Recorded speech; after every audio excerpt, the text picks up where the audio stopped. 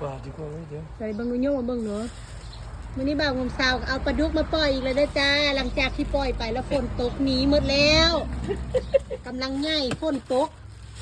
น้ำล้นบ่อไปหมดเลยเนาะเพราะว่าเฮาบ่ได้เอาอีหยังมากั้นปากบ่อไว้มาใหม่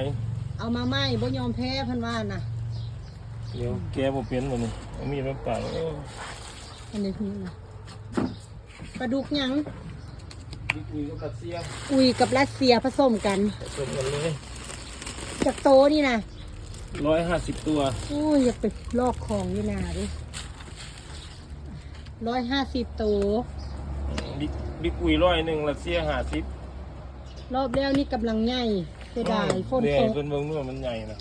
เห็นบ่เห็นเหลืออยู่ของ20ตัว30ตัวนะครับลอยอยู่นะฝนตกแหงเนาะมาดูตาออกมืดเลยบ่เป็นหยังเดี๋ยวปล่อยไหมใส่เลี้ยวมาเลยค่อยๆให้ยานตื่นน้ำไหน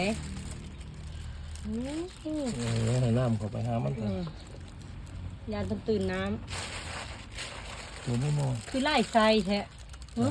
คือมีตัวน้อยตัวใหญ่ปนกันเนาะไส้บ่ซ้ำกันเลย